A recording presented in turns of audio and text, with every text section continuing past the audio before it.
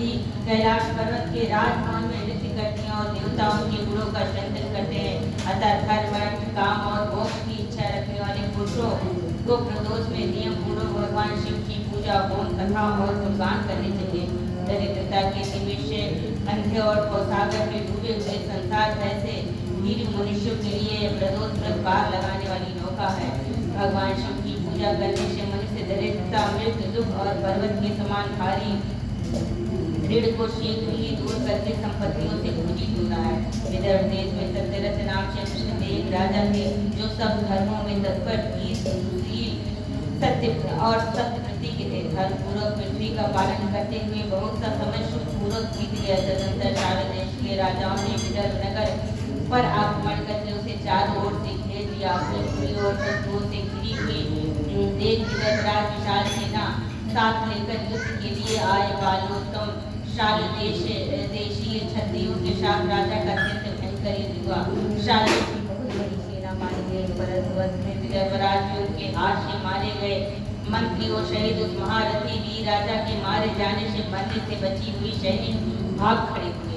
उस समय विदर्भराज सत्यरथ की एक पतिव्रता स्त्री अत्यंत शोक ग्रस्त हो रात के समय राजभवन से निकलकर पश्चिम दिशा की ओर चली गई। वह गर्भवती थी। सवेरा होने पर धीरे धीरे मार्ग से जाती हुई साध्वी रानी ने दूर का रास्ता तय कर लेने के पश्चात एक स्वच्छ तालाब देखा और तालाब के किनारे शोभा पाने वाले एक छायादार वृक्ष के नीचे बैठ गई। भाग्यवश उसी निर्जन स्थान में वृक्ष के ही नीचे पतिव्रता रानी ने उत्तम गुणों से युक्त और शुभ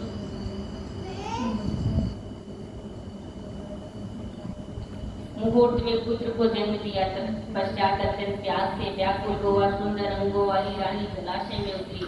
इतने में बड़े भारी ग्राह ने आकर उसे अपना ग्रास बना लिया। वह बालक पैदा होते ही माता पिता से हीन हो गया और खूब प्यास से पीड़ित हो सरोवर के किनारे जोर जोर से रोने लगा। वह नवजात शिशु जब इस प्रकार क्रंदन कर रहा था उसी समय भाग्यवश वहाँ एक श्रेष्ठ ब्राह्मणी आ पहुंची। वह भी अपने 1 वर्ष के बालक को गोद में लिए हुए आई थी। ब्राह्मणी निर्धन एवं विधवा थी। घर घर भीख मांगकर जीवन निर्वाह करती थी। उसका नाम उमा था।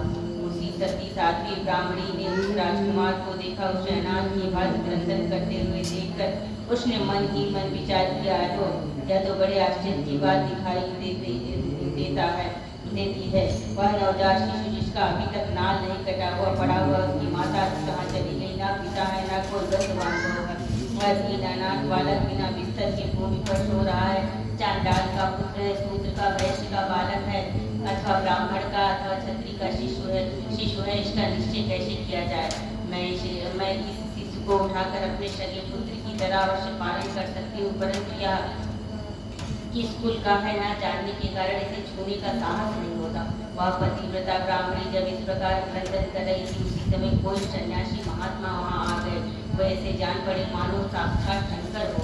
उस श्रेष्ठ भिक्षु ने उस स्त्री को देखा।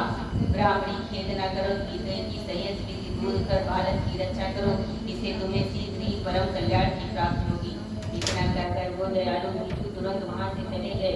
उनके जाने के बाद ब्राह्मणी ने विश्वास पूर्वक उस बालक को लेकर अपने घर की ओर प्रस्थान किया। वह राजकुमार ब्राह्मण अपने बेटे के समान ही पालन पोषण किया। चक्रा नामक नगर में उस ब्राह्मणी का घर था।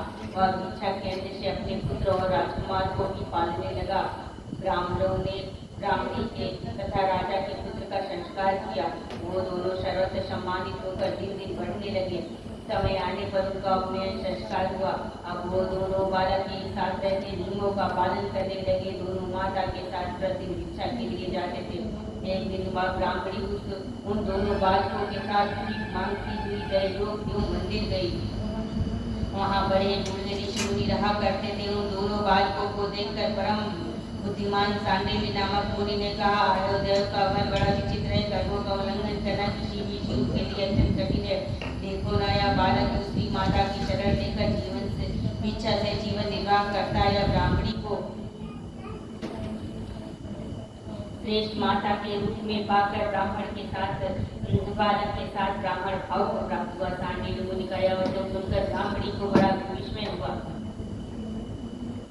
उसने भरी सभा में मुनि को प्रणाम करके ब्राह्मण से पूछा, एक सन्यासी के कहने पर मैं इस बालक को अपने घर ले आई हूँ। यह देख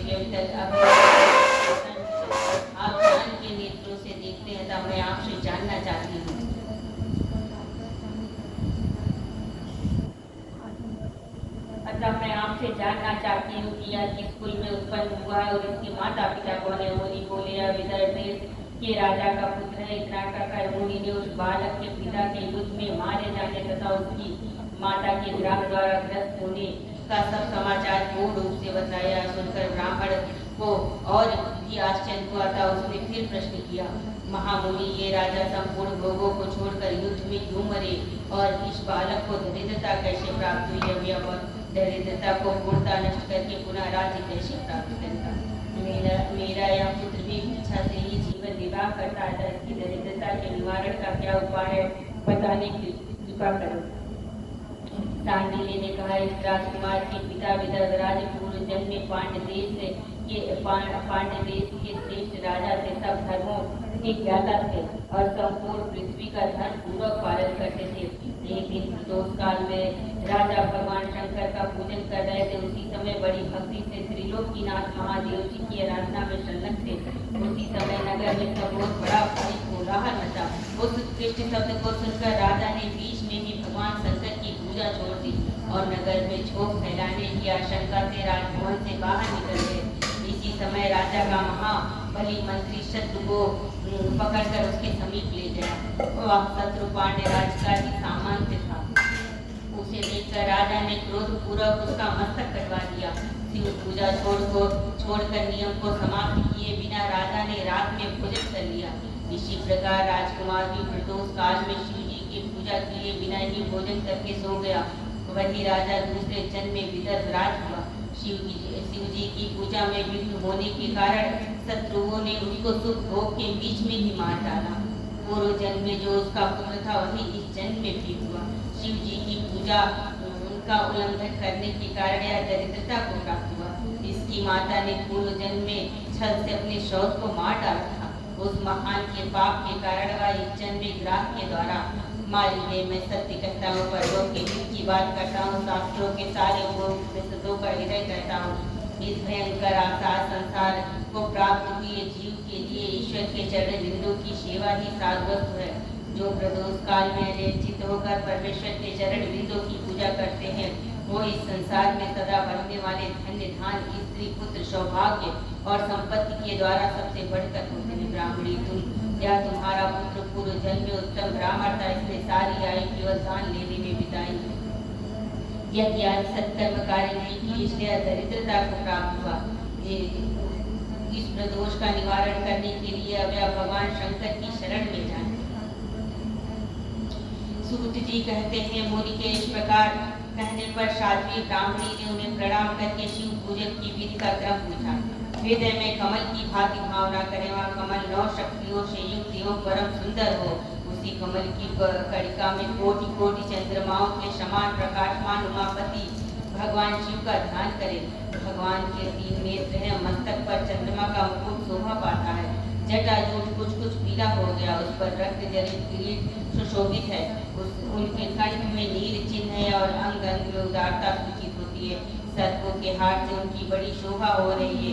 उनके एक हाथ में वरद और दूसरे में अभय मुद्रा है। वो फरसा धारण करते हैं। उन्होंने नागों के कंकड़, कयूर, अंगद तथा मुद्रिका धारण कर रखी है। व्याग चक्र पहने हुए रत्नमय सिंहासन पर विराजमान है। उनके वाम भाग में गिरजा नंदिनी उमा देवी का चिंतन है। इस प्रकार महादेव जी तथा गिरजा देवी का ध्यान करके क्रमशः गंध आदि से उनकी मानसिक पूजा करें। हे भगवान शंकर, आपके प्रसाद से सदा मेरा आनंद रहे। मेरे राज में लुटेरे न रहे, सब लोग मेरा बात होकर रहे। पृथ्वी पर आकाल महामारी आदि की संताप शांत हो जाए। सबकी खेती धन्य धान से समृद्ध रहे। संपूर्ण दिशाओं में सुख का साम्राज्य छा जाए।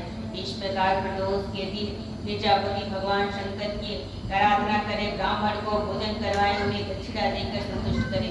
इस प्रकार मैंने सब पापों का नाश, सब प्रकार की दरिद्रता का निवारण तथा समस्त मनोवांछित वस्तुओं का दान करने वाली शिव पूजा का वर्णन किया।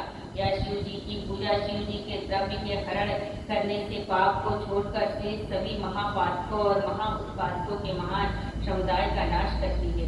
यदि ये दोनों बालक इस प्रकार भगवान शंकर का पूजन प्रत्येक प्रदोष के दिन करते रहे तो वर्ष भर के भीतर इन्हें उत्तम सिद्धि प्राप्त होगी। सांडिल्य मुनि का यह वचन सुनकर उस ब्राह्मणी ने दोनों बालकों के साथ मुनि के चरणों में प्रणाम किया और इस प्रकार कहा, भगवान आज मैं आपके दर्शन मात्र से कृतज्ञ हो गई कि ये दोनों बालक आज से आपकी शरण में हैं। ब्राह्मण मेरा यह पुत्र है जिसका नाम मैंने सुचिपुत्र रख दिया है, और यह राजकुमार है जिसका नाम मैंने धर्मगुप्त रख दिया है। यदि ये दोनों बालक और मैं आपके चरणों के दास हैं, इस घोर दरिद्र सागर में गिरे हुए हम सबका उद्धार कीजिए।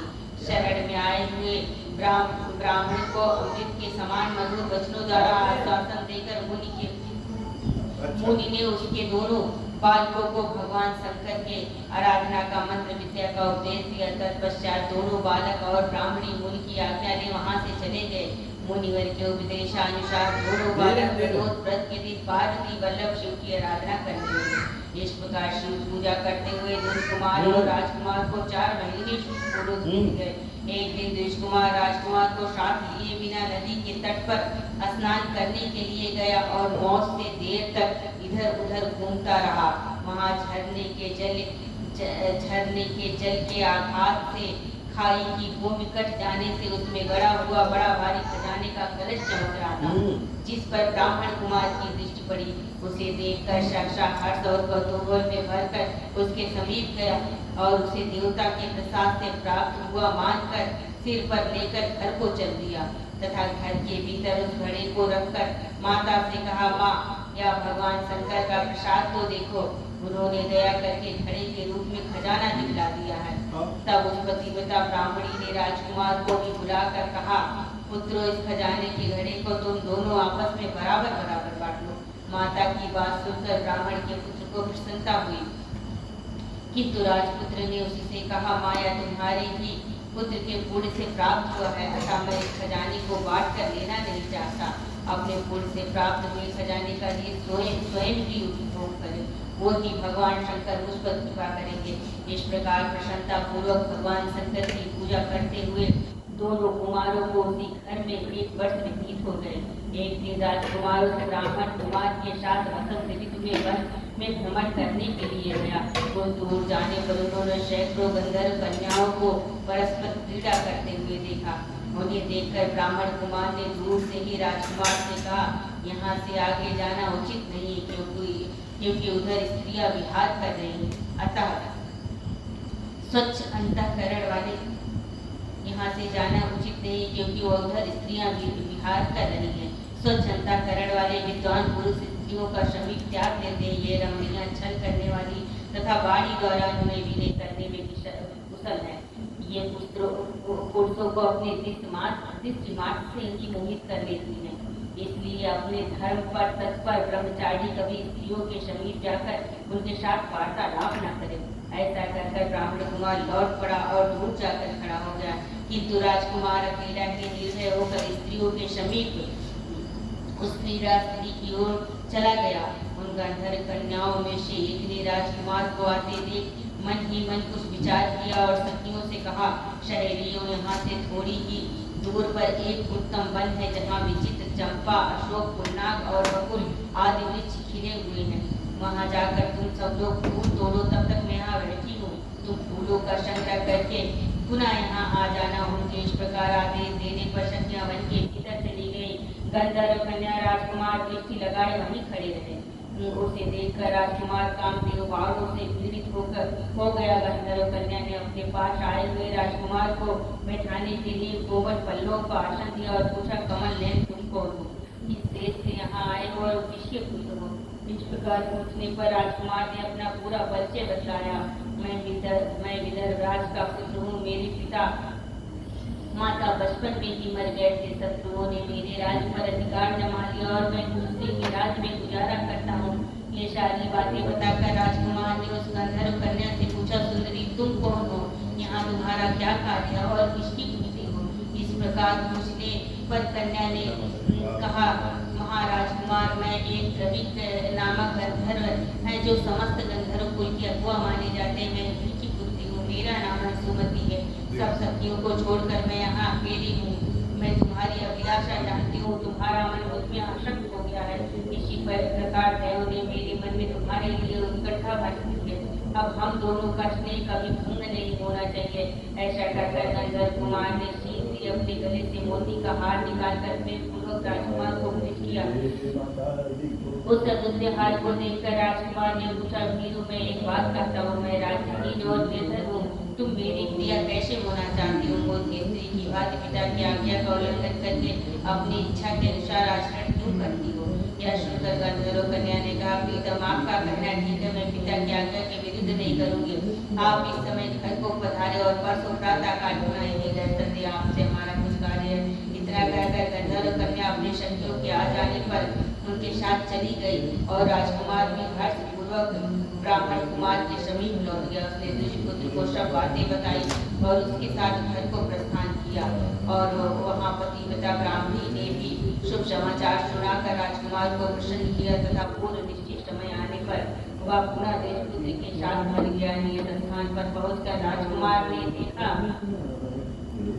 गंधर्वराज और उनकी कन्या दोनों उपस्थित है। गंधर्वराज ने वहाँ आए हुए दोनों कुमारों का अभिनंदन किया और सुंदर आसन पर बिठाकर राजपुत्र से कहा, विदर्भ राजकुमार मैं कैलाश पर्वत गया था, वहाँ मैंने पार्वती जी के साथ महादेव जी के दर्शन किए। देवेश्वर भगवान शिव करुणा रूपी अमृत के सागर है, उन्होंने मुझे बुलाकर सब देवताओं के समीप सब प्रकार का इस प्रकार कहा, पृथ्वी तल पर धनुगुप्त नाम से प्रसिद्ध एक राजकुमार थे जो इस समय अकिंचन है, उनका राज्य छिन गया है। शत्रुओं ने उनके देश को अपने अधिकार में कर लिया है। अब वह बालक अपने गुरु की आज्ञा से सदा मेरी आराधना में संलग्न रहता है। उसी के प्रभाव से आज उसके समस्त पितर मेरे स्वरूप को प्राप्त हो गए। गंधर्व श्रेष्ठ तुम भी उस राजकुमार की सहायता करो, वह शत्रुओं को मारकर अपने राज्य सिंहासन पर आसीन हो जाएगा। महादेव जी के इस प्रकार आज्ञा देने पर मैं अपने घर को आया। यहाँ मेरी यह कन्या तुम्हारे लिए बहुत प्रार्थना की। यह सब परम दयालु भगवान शिव की प्रेरणा से हो रहा है। ऐसा समझकर मैं इस कन्या को साथ लेकर आया हूँ तथा अपनी पुत्री अंशुमति को मैं तुम्हें पत्नी के रूप में देता हूँ। भगवान शिव की आज्ञा से शत्रुओं को मारकर तुम्हें तुम्हारे राज्य पर बिठाऊंगा। अपने उस नगर में तुम अपनी इस धर्म पत्नी के साथ 10,000 वर्षों तक मनोवांछित सुख भोग कर अंत में भगवान शिव के लोक में जाओगे और मेरी यह कन्या तुम्हारी सेवा में प्रस्तुत रहेगी। इस प्रकार गंधर्वराज ने उसी वन में राजकुमार के साथ अपनी पुत्री का विवाह करा दिया और दहेज में परम उज्ज्वल रत्नहार भेंट किए। चंद्रमा के समान चमकीली चूड़ामणि तथा चमकते हुए मोतियों के मनोहर हार दिए। दिव्य आभूषण वस्त्र सुवर्ण से बने हुए बहुत से समान 10,000 हाथी, 1 लाख नीले घोड़े और हजारों सोने के बड़े बड़े रथ प्रदान किए। अंत में एक दिव्य रथ इंद्र के धनुष के समान विशाल धनुष, सहस्त्रों अस्त्र शस्त्र अक्षय बाणों से भरे हुए 2 तरकस अवैध सुवर्ण में कवच तथा शत्रुओं का संहार करने वाली शक्ति समर्पित की। अपनी पुत्री की सेवा के लिए गंधर्वराज ने प्रसन्नचित्त होकर 5,000 दासियां, इतना ही नहीं राजकुमार की सहायता के लिए उन्होंने अत्यंत उग्र गंधर्वों की चतुर्बड़ी सेना की भेंट किया। इस प्रकार परम उत्तम संपत्ति को पाकर राजकुमार अपनी मनोवांछित पत्नी के साथ बहुत प्रसन्न हुए। पुत्री का विवाह कराकर गंधर्वराज स्वर्गलोक चले गए। धर्मगुप्त विवाह के अनंतर गंधर्वों की सेना के साथ अपने नगर को गए। वहां उन्होंने शत्रु सेना का संहार करके राजधानी में प्रवेश किया। तत्पश्चात श्रेष्ठ ब्राह्मणों और मंत्रियों के साथ मिलकर राजकुमार का अभिषेक किया और रत्नमय सिंहासन पर आरूढ़ होकर अकंटक राज्य का उपभोग करने लगे। जिस ब्राह्मण पत्नी ने उनका पुत्र की भांति पालन किया, वही उनकी माता हुए दुष्पुत्र की भाई तथा गंधर्वराज पुत्री अंशुमति महारानी के पद में प्रतिष्ठित हुई। भगवान शंकर की आराधना करके धर्मगुप्त विदर्भ देश के राजा हो गए। इस प्रकार दूसरे लोग भी प्रदोष के दिन गिरिजापति की आराधना करके मनोवांछित कामनाओं को प्राप्त कर लेते हैं और देहावसान होने पर परम गति को प्राप्त होते हैं। सूर्य जी कहते जो प्रदोष व्रत के परम अभूत पूर्णमय महात्मा के उस व्रत के दिन शिव पूजन के पश्चात एकाग्रचित्त होकर सुनता है अथवा पढ़ता है, उसे 100 जन्मों तक कभी दरिद्रता नहीं होती और अंत में ज्ञान के ऐश्वर्य से युक्त हो भगवान शंकर के परम धाम को प्राप्त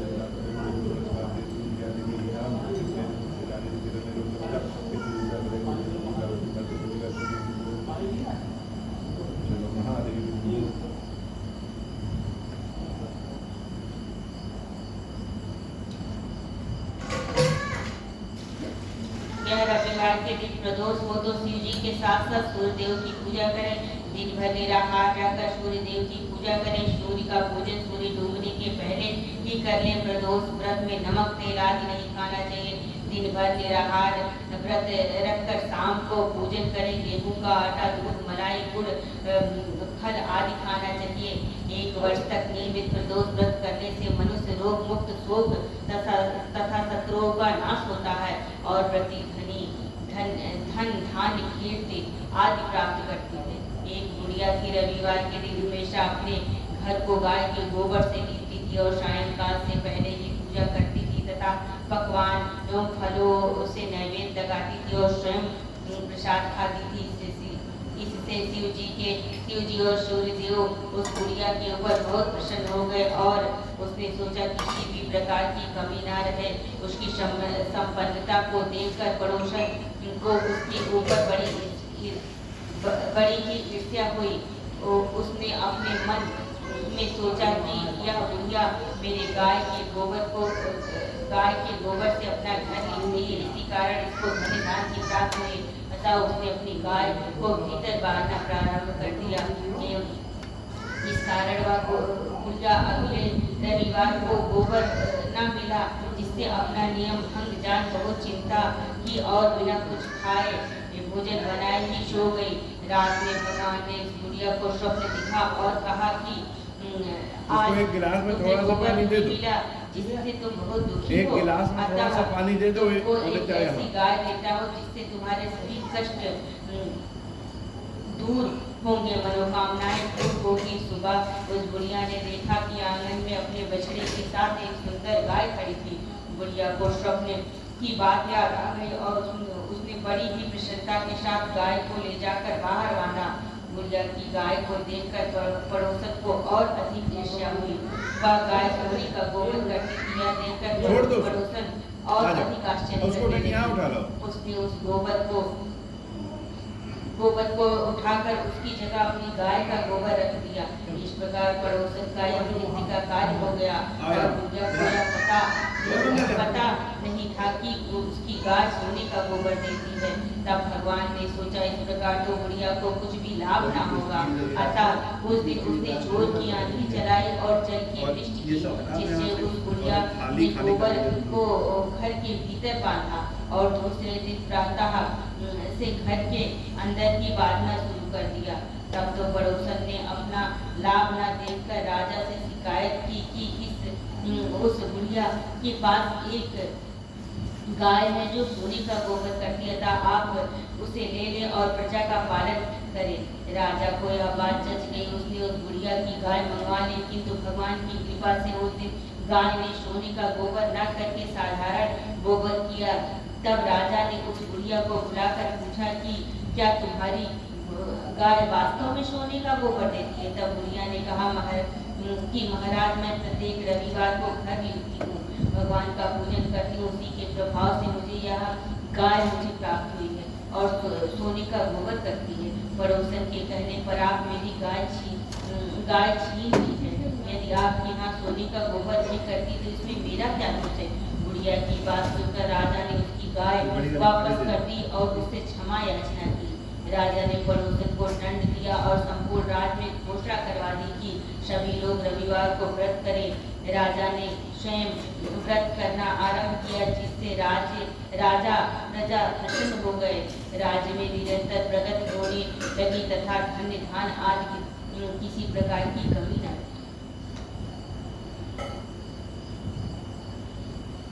देव जगन्नाथ जय हो, आपकी जय हो। सनातन शंकर आपकी जय हो। सब देवताओं के अधीश्वर आपकी जय हो। शैर देव पूजित आपकी जय हो। शैर गुणातीत आपकी जय हो। सबको वर देने वाले प्रभु आपकी जय हो। नित्याधार हृदय विनाशी विशंबर आपकी जय हो। जय हो। संपूर्ण विश्व के लिए एकमात्र जानने योग महेश्वर आपकी जय हो। नागराज वार्षिका को आभूषण के रूप में धारण करने वाले प्रभु आपकी जय हो। गौरीपति आपकी जय हो। चंद्रधर शेखर शंभु आपकी जय हो। कोट सूर्य के समान तेजस्वी शिव आपकी जय हो। अनंत गुणों का आश्रय आपकी जय हो। भयंकर नेत्र वाले रुद्र आपकी जय हो। अचित्त निरंजन आपकी जय हो। नाथ दया सिंधु आपकी जय जय हो। भक्तों के पीड़ा को नाश करने वाले प्रभु आपकी जय हो। दुरस्त संसार सागर से पार उतारने वाले परमेश्वर आपकी जय हो। जय हो। महादेवमय संसार के दुखों से पीड़ित एवं खिन्न हो, मुझ पर प्रसन्न होइए प्रभु, मुझ पर प्रसन्न होइए।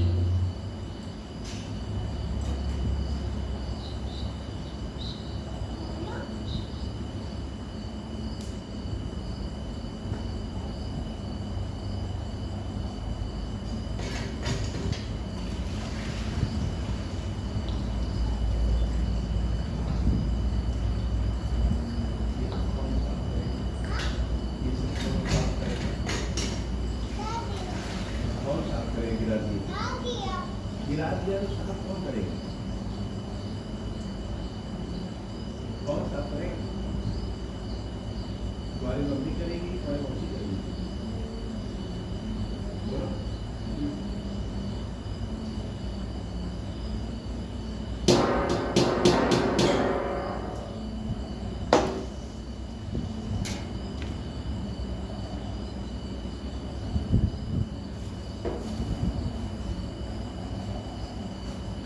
कौन करेगा साफ? करो, तुम करो। मंगल साफ करो।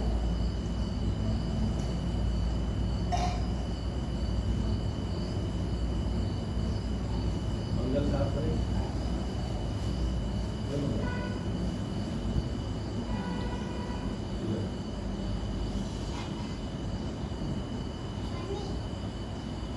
हाँ, पानी।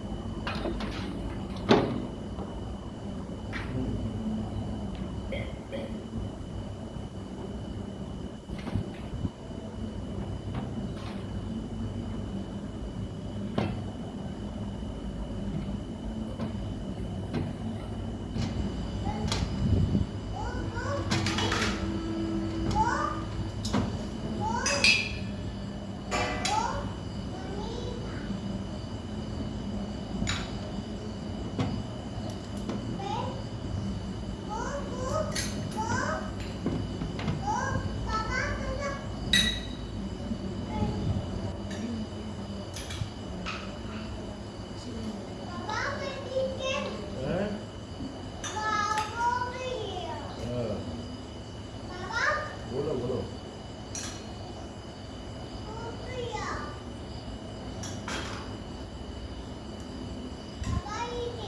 हाँ, रुक जाओ भाई। बोलो। क्या चाहिए? ये चाहिए? अच्छा देते हैं, रुक जाओ। अभी नहीं। थोड़ी देर बाद देते हैं।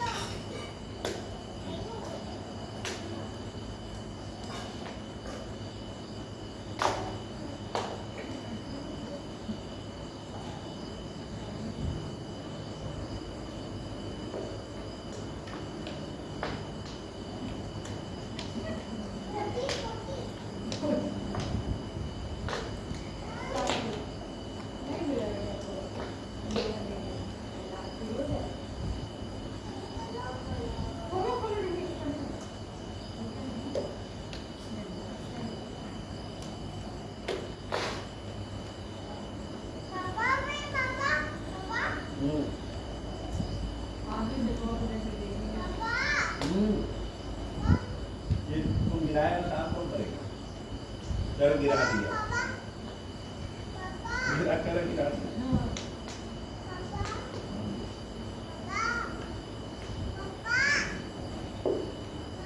ऐसे चिपका नहीं।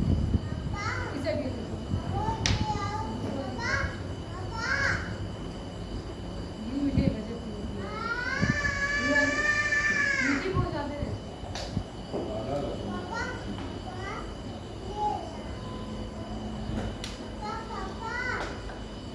हाँ हाँ कोई ना।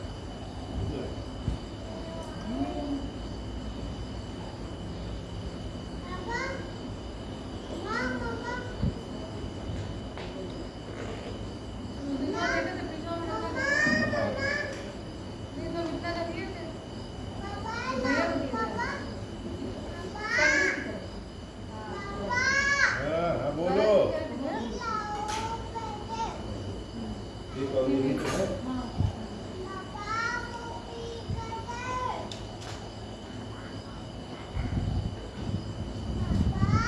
हाँ हाँ ठीक है, ठीक है, ठीक है, कैसा है?